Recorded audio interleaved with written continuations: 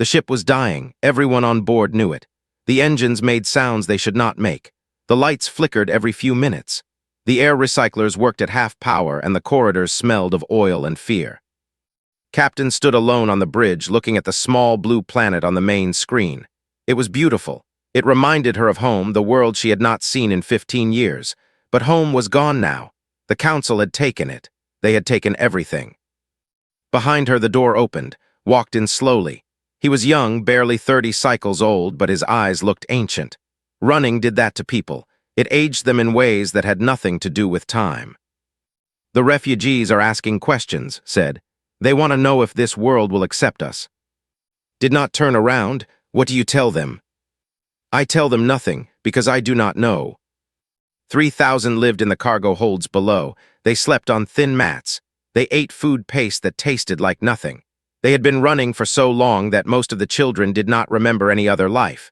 This was normal to them. Fear was normal. Hunger was normal. Being unwanted was normal. "We have tried 47 worlds," said quietly. 47 times we asked for help. 47 times they looked at our ship and saw criminals. They saw disease. They saw trouble. She finally turned to face. Why should this world be different? Had no answer. He never did. The communications panel made a sound. Someone was trying to contact them. Walked to the panel and pressed the button with hands that would not stop shaking. "Unidentified vessel," said a voice in rough but clear galactic common. "This is Earth Defense Station 7. State your purpose." Took a deep breath. She had said these words so many times. She knew how this conversation would end. It always ended the same way. "We are refugees," she said. "We seek asylum. We have nowhere else to go." Silence. The silence always came next. Then the refusal. Then the order to leave. Then more running, more dying, more children asking why nobody wanted them. But this time, something different happened. "Hold your position," the voice said. "We are sending a delegation. Do not be afraid." Stared at the panel. She did not understand. "They are coming to us." "It seems so," said. He sounded as confused as she felt. 1 hour later, a small shuttle approached the Wanderer's Hope. It was not a warship. It did not point weapons at them. It simply flew close and requested permission to dock. Granted permission. She did not know what else to do. The airlock opened and 3 humans stepped onto the ship. Had seen images of humans before, but she had never met one. They were strange creatures. Only 2 arms, 5 fingers on each hand instead of 4. Their skin came in different shades of brown and pink. Their eyes were small but bright. The human in front was a woman with short black hair and a calm face. She wore a simple gray uniform with no weapons visible. "I am Commander, the woman said. "I represent Earth's United Defense Council. We received your message." Bowed her head in the way of showing respect. "I am Captain. I lead these people." Looked around the bridge. She saw the broken panels. She saw the dim lights. She saw the cracks in the walls that had been repaired so many times they looked like scars. "How long have you been running?" asked. 15 years. "How many did you start with?" His throat tightened. 8,000. His expression changed. It was small, just a slight movement around her eyes, but saw it. It was pain. This human felt pain for strangers she had just met. "And now?" 3,000, perhaps less. "We stopped counting after a while. It hurt too much." Nodded slowly. She turned to the 2 men behind her and spoke in a language did not understand. The men nodded and walked back toward the shuttle. "What are you doing?" asked. Fear crept into her voice. "Are you leaving?" "No," said. "I am calling for supply ships. Your people need food, clean water, medicine. We will bring these things to you." Did not understand. "But the council, you know what the council says about us. You know we are exiles. If you help us, they will punish you." Smiled. It was a small smile, but it was real.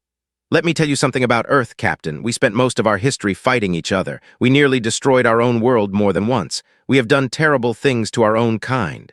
She paused. "But we also learned something. We learned that turning away people who need help is not strength. It is cowardice." The council is very far away," said. "And we have never cared much for bullies." Within hours, human ships surrounded the Wanderer's Hope. But they were not warships. They were cargo vessels filled with food, medical ships with doctors who did not speak but smiled and gestured kindly. Engineers who looked at the dying engines and immediately began working to fix them. Walked through the cargo holds where her people lived. For the first time in 15 years, she saw something she had forgotten existed. Hope, a small girl named, pulled its sleeve. She was only 6 cycles old. She had been born on the ship and had never seen a real sky. Captain said, "The tall ones are giving us food, real food, it tastes like something." Knelt down to meet the girl's eyes. "I know." "Are they going to make us leave?" "No, little one's voice broke. I do not think they are." That night, for the first time in 15 years, they did not go to sleep afraid. They went to sleep full. They went to sleep warm. They went to sleep knowing that tomorrow they would still be welcome. On the bridge, stood alone again, watching the blue planet turn slowly below. Joined her, holding 2 cups of something warm that the humans had given them. "They call it tea," he said. "It is strange but good." Took the cup. The warmth spread through her fingers, then through her chest, then through her whole body. She said softly, "I think we found it." "Found what?" "Home." The message came 3 days after they arrived. It appeared on every screen on Earth, every television, every computer, every phone. No one knew how the Galactic Council did it. The technology was far beyond anything humans had created, but the message was clear. In Seoul, President Park watched from her office. The creature on the screen was tall and thin, with skin like gray stone and eyes that glowed faint yellow. It called itself Ambassador Doha, and it spoke through a small floating machine that translated its words. "Humans of Earth," the ambassador said, "you have made a mistake. The creatures you call guests are criminals. They broke the law. They refused to follow the rules that all civilized species must follow. For this crime, they were exiled from the galaxy." President Park leaned forward in her chair. Around her, advisors whispered nervously to each other. "We gave them a chance," the ambassador continued. "We asked only for a small thing, a contribution to the genetic continuity program, a sharing of biological material for the good of all species. They refused. They chose selfishness over duty. They chose to run rather than obey." The president's chief advisor, a man named, shook his head. "This is bad, very bad. We cannot fight the council. We have no ships, no weapons that can match theirs." "Be quiet," the president said. "I want to hear everything." The ambassador was still speaking. "Earth has one choice. Return the criminals to us and we will forget this happened. Refuse and Earth will share their fate. You will be cut off from all galactic trade, all galactic communication, all galactic protection. You will be alone." The screen went dark. For a long moment, no one in the room spoke. Then everyone spoke at once. Voices overlapped. Arguments flew back and forth. Some wanted to surrender immediately. Others wanted to fight. Most just wanted the problem to go away. President Park raised her hand. Slowly, the room fell silent. "Bring me everything we know about she said. "Everything about this genetic continuity program. I want facts, not council propaganda." An hour later, a young woman named Shin stood before the president. She was a researcher who had spent 10 years studying the small amount of information Earth had gathered about galactic politics. She was nervous, but her voice was steady. "The council is lying," said. Everyone in the room turned to look at her. "Explain," President Park said. Pulled up data on her tablet. "The genetic continuity program is not a sharing program. It is a harvesting program. The council takes genetic material from species they consider less important. They use it to improve their own populations, to make themselves stronger, smarter, more resistant to disease." "That does not sound so terrible," said. "The harvesting process kills the donors," continued. "For most species, this means a small number of adults volunteer, but they are different. Their genetic material is only useful when taken from children, young children, and the extraction process is always fatal." The room went completely silent. "The council asked them to give them 10% of every generation," said. 10% of their children every cycle. They refused. They said they would rather die as a species than murder their own young. President Park stood up slowly. She walked to the window and looked out at the city below. Millions of people lived there, millions of families, millions of children. "So they ran," she said quietly. "Yes, for 15 years, every world they asked for help turned them away. The council made sure of that. They branded the as criminals, as diseased, as dangerous. No one would take the risk." President Park turned back to face the room. Her eyes were hard now, decided. And now they have come to us. Yes, Madam President. Stepped forward. Even if this is true, we cannot protect them. The Council has ships that could destroy our entire planet. We have nothing that can stop them. I am aware of our military situation, the President said. Then you know we must be practical. We must think of our own people first. President Park looked at him for a long moment. Tell me, if it were Korean children the Council wanted, if they came to our planet and demanded we hand over 10% of our young every year, would you agree? Opened his mouth, then closed it again. That is what I thought. The President turned to her communications officer. Open a channel to the ship. I want to speak with their captain directly. The connection took only a few minutes.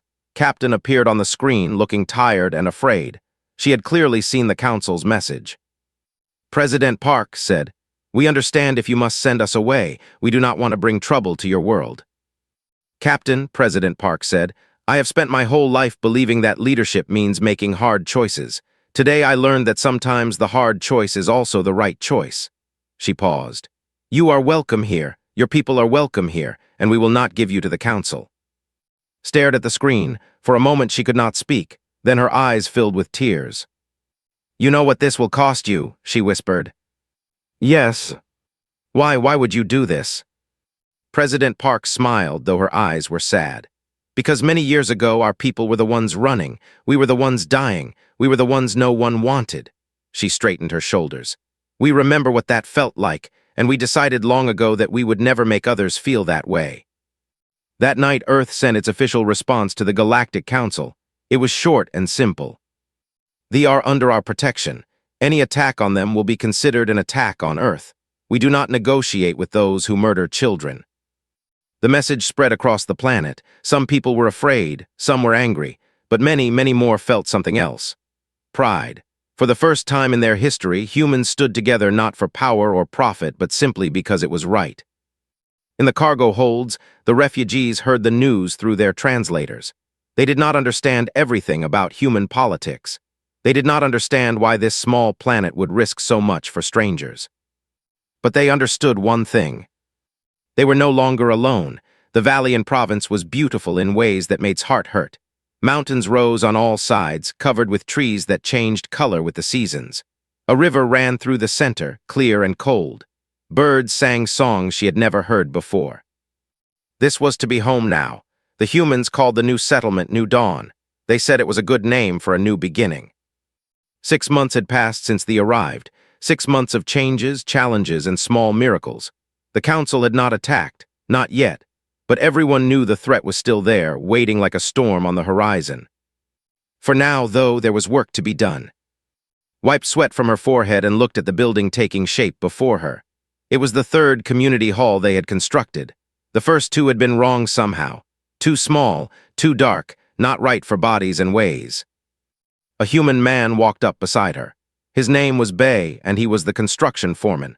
He was 53 years old, with rough hands and a face that looked serious but kind. He had built things his whole life, and he approached the alien settlement with practical curiosity. "The doorways are still wrong," said. He was not complaining, he was just stating a fact. "I see your people bending to go through them. That cannot be comfortable." "We did not want to ask for changes," said. "You have given us so much already." Made a sound that was something between a laugh and a grunt. "Giving you doors you cannot walk through is not giving. It is wasting everyone's time." He pulled out a measuring tool. "Show me what you need." Called over a young named. He was tall even by standards, and he had spent his entire life on ships. He did not know how to live on solid ground. Everything was strange to him. The wind on his skin, the smell of real air. The way the ground did not shake beneath his feet. "Stand in the doorway," told him through a translator. "Stand the way that feels natural." Obeyed, though he looked confused, studied him carefully, measuring and nodding. Then he nodded. "I see, your joints bend differently than ours. You need more height, but also more width at certain points, and the angle of the frame should change." He made quick marks on his paper. "We will fix this, all the buildings. It will take time, but we will fix it." "Thank you," said. "Do not thank me, just tell me when something is wrong. That is how things get better." Over the following weeks, the settlement began to transform. Human architects met with engineers. They argued. They drew pictures. They tried things that failed and tried again. Slowly, the buildings became something new. They were not human buildings. They were not buildings. They were something that belonged to both. Watched these changes with wonder and confusion. He did not understand humans. He did not understand why they worked so hard for strangers. Every night, he lay awake in his new room, listening to the strange sounds of a world that was not a ship, and tried to make sense of it all. One morning, he met a human girl named O. She was 22 years old, a university student who had volunteered to teach Korean to the refugees. She had bright eyes and a quick smile, and she was not afraid of him at all. "Your name is," she said in careful Galactic Common. "That is also a Korean word. It means sky." "I did not know that," said. "It is a good name. My name means moon." Began teaching him simple Korean words. Hello, thank you, good morning. The sounds were strange in his mouth, but she was patient. When he made mistakes, she did not laugh at him. She simply said the word again, slower, until he got it right. "Why do you help us?" asked her one evening. They were sitting on a hillside, watching the sun set. The sky turned colors that had only seen in dreams. "What do you mean?" asked. "Your people gain nothing from this. You only make enemies. The council could destroy your world because of us. Why would you take that risk?" Was quiet for a long moment. She picked at the grass beside her, thinking. "My grandmother was in the war," she said finally. "The big one. She was very young, just a child. Everything was destroyed, her home, her family. She had nothing." "What happened to her?" "Strangers helped her.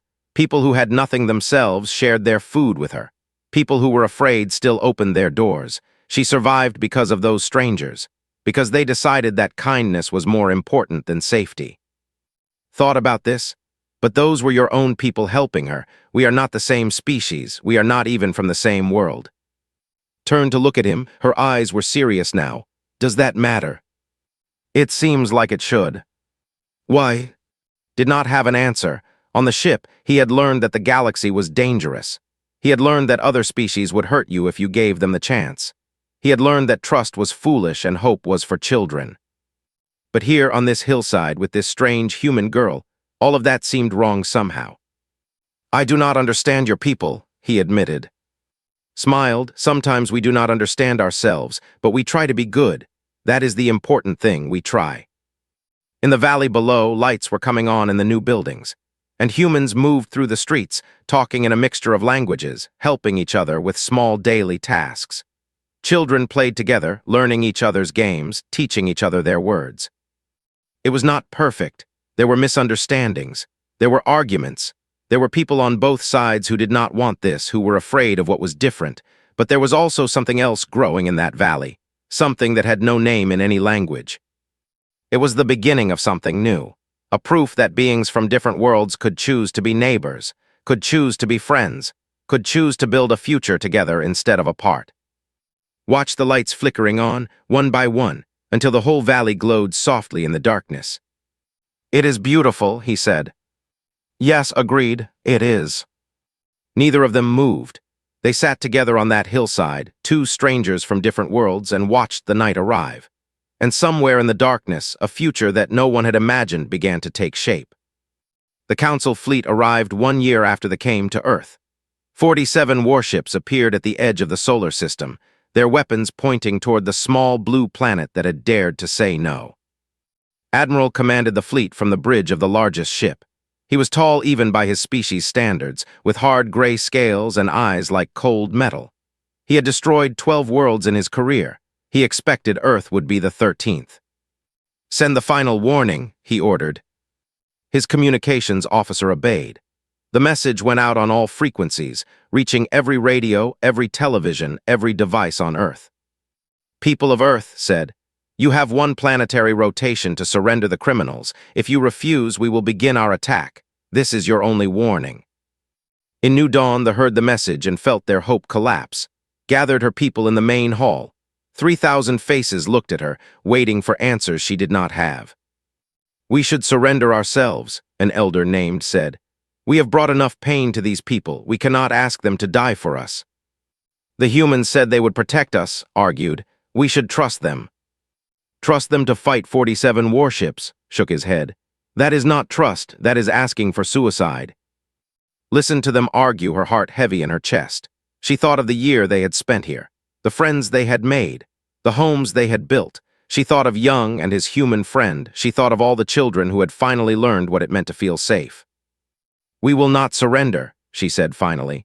"Not unless the humans ask us to. They made a choice to help us. We owe them the respect of letting them see that choice through." On the other side of the world, at the United Nations building in New York, Secretary General Moon prepared Earth's response. She was 61 years old, with gray hair and calm eyes that had seen many crises. This would be the biggest crisis of her life. Her advisors surrounded her, some urging surrender, others urging defiance, all of them afraid. "We have no military options," Defense Chief said. "Our weapons cannot even scratch their shields. If they attack, we lose. It is that simple." "Then we do not fight with weapons," said. "What else do we have?" Looked out the window at the city beyond. Millions of people lived there, going about their lives, trusting their leaders to protect them. She thought about what it meant to be human, what it meant to face impossible odds and still refuse to surrender your principles. "Get me a channel to every civilian ship on Earth," she said. "Every fishing boat, every cargo vessel, every private craft with a working engine. I want to speak to all of them." Stared at her. "What are you planning?" "Something that has never been tried before." 1 hour later, message went out to the world. She spoke simply, without grand words or dramatic gestures. "People of Earth," she said, "the Council fleet is here. They want us to hand over the refugees who came to us for help. They expect us to be afraid. They expect us to give up." She paused. "I am asking you not to give up. I am asking you to remember who we are." She explained her plan. It was simple, perhaps even foolish, but it was the only chance they had. "I am asking every civilian ship on Earth to fly into space. I am asking you to form a line between the fleet and our planet. You will not carry weapons. You will not fight. You will simply be there. You will show the Council and the entire galaxy that Earth does not abandon those who ask for help." The response came slowly at first, then faster, then like a flood. Within hours, 8,000 ships rose from Earth's surface. Fishing boats from Korea and Japan, cargo vessels from China and India, private shuttles from America and Europe, old ships and new ships, large ships and tiny ships, all of them flying toward the Council fleet, their running lights blinking in the darkness like stars being born. On the bridge of the flagship, Admiral watched the sensors with growing confusion. "What is this?" he demanded. "What are they doing?" "They are forming a blockade," his tactical officer reported. "Civilian vessels, unarmed, over 8,000 of them." "Civilian? You mean they sent no warships?" "None that we can detect, Admiral. They are just sitting there." The communications system crackled. A human voice came through, speaking in accented but clear galactic common. "This is captain of the fishing vessel Sea Dragon. I am 63 years old. I have been a fisherman my whole life. I have never fought anyone, but I am not moving. None of us are moving. You want to reach Earth, you go through us." More voices joined in. Thousands of them, men and women, young and old, all saying the same thing. "We are not moving." Admiral felt something he had not felt in a very long time. Uncertainty. "If we fire on them," his tactical officer said quietly, "the entire galaxy will see. 8,000 unarmed civilians, fishing boats and cargo ships. The footage will spread everywhere." Understood. The Council ruled through fear and moral authority. They claimed to represent civilization against barbarism. They could not be seen massacring innocent people who posed no threat. "They are insane," muttered. "They have no shields, no weapons. A single volley would destroy all of them." "Yes, Admiral, and they know that. They came anyway." For a long moment, stared at the screen. All those tiny ships floating in the darkness, each one carrying people who had chosen to risk everything for strangers. He did not understand them. His species valued strength and power. They took what they wanted. They crushed those who resisted. But these humans were not resisting. They were simply standing there, refusing to move, refusing to be afraid. "Admiral," his communications officer said, "the Council is asking for a status report. They want to know when we will begin the attack." Looked at the screen for another long moment. Then he made a decision that would change everything. "Tell the Council that the situation has become complicated," he said. "We are withdrawing to reassess." "Admirals, You heard me. Pull back all ships." The fleet turned. Slowly, silently, it moved away from Earth and disappeared into the darkness between stars. On the Sea Dragon, Captain watched them go. His hands were shaking, his heart was pounding. He had been certain he was going to die. Around him, 8,000 ships began to cheer. The sound filled every frequency. People laughed and cried and hugged each other across the vast emptiness of space. In New Dawn, they heard the news and could not believe it. They had survived. Earth had protected them. Against all odds, against all reason, these strange humans had found a way. Walked outside and looked up at the sky. Somewhere up there, the fishing boats and cargo ships were making their way home. Ordinary people who had done an extraordinary thing. "I do not understand them," said, standing beside her. "I will never understand them." Smiled through her tears. Perhaps that is the point. Perhaps some things are not meant to be understood, only felt, only believed. Above them, the stars shone bright and cold and full of possibilities. 10 years passed. The Council fleet never returned. In those 10 years, everything changed. Earth was no longer a small, isolated world at the edge of the galaxy. It had become something else. A symbol, a hope, a light in the darkness for all those who had been forgotten. Other refugee ships began to arrive. First one, then 3, then dozens, species that the Council had exiled, abandoned, or simply ignored. They came because they had heard the story. They came because they knew that somewhere in the vast, cold universe there was one world that did not turn strangers away. New Dawn had grown from a small settlement into a real city, and humans lived side by side now. They shared meals. They celebrated each other's holidays. Their children went to the same schools and learned in 2 languages.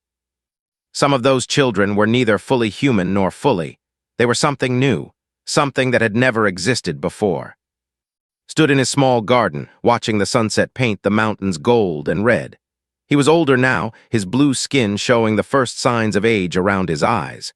Beside him stood, her dark hair streaked with gray. Their daughter played in the grass nearby. Her name was, which meant star in Korean. She had her father's blue skin and her mother's dark eyes. She was 7 years old, and she had never known fear. She had never known hunger. She had never known what it felt like to be unwanted. "The ceremony is tomorrow," said. "Are you nervous?" "A little," admitted. "It has been a long time since has spoken in public." The ceremony was for the 10th anniversary of the arrival. People were coming from all over Earth to attend. Leaders and ordinary citizens, scientists and farmers, people who had been there on the day the fishing boats flew into space, and people who had only heard the stories. "She will be wonderful," said. "She always is." Watched his daughter chase a butterfly through the garden. The child laughed, a sound that mixed joy and wonder in equal measure. He thought about everything that had happened to bring them to this moment. All the running, all the fear, all the years when hope seemed like a fool's dream. "I still think about the ship sometimes," he said quietly. "All those humans who flew up to face the fleet, they did not know us. They had nothing to gain, but they came anyway." Took his hand. Her fingers were warm against his cool skin. That is what people do when they remember who they are supposed to be. The next day, 10,000 people gathered in the central square of New Dawn, stood beside humans, new refugees from other worlds mixed with those who had been born on Earth. Children sat on their parents' shoulders to see better. The air was warm and full of the smell of food from dozens of different cultures. Walked slowly to the platform at the center of the square. Her hair was completely white now, and she walked with a cane, but her eyes were still sharp. She looked out at the crowd and saw faces she knew and faces she had never seen before. 15 years ago, she began, my people came to Earth. We were dying. We had been running so long that we had forgotten what it felt like to stand still. We expected to be turned away. We expected fear. We expected rejection. That is all we had known. She paused, gathering her thoughts. Instead, we found something we had forgotten existed. We found people who looked at strangers and saw neighbors, who looked at the weak and saw something worth protecting, who looked at the powerful and refused to bow. In the crowd, held his daughter on his shoulders, watched with wide eyes as the old captain spoke. The galaxy called you primitive, continued. They said you were too young, too isolated, too small to matter, but I have learned something in my years among you. Humanity is not great because of your technology. You have less than most species. You are not great because of your power. You have almost none. She smiled, and her eyes were bright with tears that refused to fall. You are great because when someone knocks on your door in the middle of the night, afraid and alone, you open it. You ask what they need. You give them what you have, even when you have very little. You stand between them and danger, even when you cannot win. The crowd was completely silent. Thousands of people from dozens of worlds, all listening to an old woman tell them about themselves. The council thought they understood you. They thought you would be afraid. They thought you would calculate the costs and benefits and decide that strangers were not worth dying for. Shook her head slowly. They were wrong. They will always be wrong because they do not understand that some things matter more than survival, some things matter more than safety, some things matter more than winning. She raised her hand, pointing to the crowd, to the city, to the whole world beyond. You taught us that, you taught the galaxy that, and because of you we are no longer alone. None of us are. Every refugee ship that comes to Earth, every family that finds safety here, every child that grows up without fear. That is your gift to the universe. That is your legacy. Lowered her hand, her voice softened. Humans have a word that my people did not have before we came here. The word is home. For most of my life I did not know what it meant. I thought it was a place, a building, a piece of land. She smiled at the crowd. I was wrong. Home is not a place. Home is people. Home is the ones who choose to care about you, not because they must, but because they want to. Home is opening your door to strangers and deciding they are strangers no more. In the crowd felt tears running down her face. Around her she saw others crying too. Humans and in beings from worlds whose names she could not pronounce. You opened the door for us, said, and we will never forget, not for as long as our species exists, not for as long as the stars burn in the sky. This world, these people, this strange and beautiful and impossible gift you have given us, we will remember, we will honor it, and we will spend the rest of our lives trying to be worthy of it. She stepped back from the platform. For a moment there was silence. Then the cheering began. It started small in one corner of the square and spread like fire through dry grass. 10,000 voices rising together. Different languages, different sounds, but all of them saying the same thing. We are here, we are together, we are home. Tugged at her father's hair. Why is everyone crying and smiling at the same time? Laughed, tears streaming down his own face. Because sometimes, little star, the world is so beautiful that one feeling is not enough to hold it all. He looked at his wife. He looked at his daughter. He looked at the city around him, built by hands from two worlds, lit by light from a foreign sun, filled with people who had chosen love over fear. And he understood, finally, what home meant. The celebration lasted all night. There was music and food and stories told in a dozen languages. Old friends reunited. New friends were made.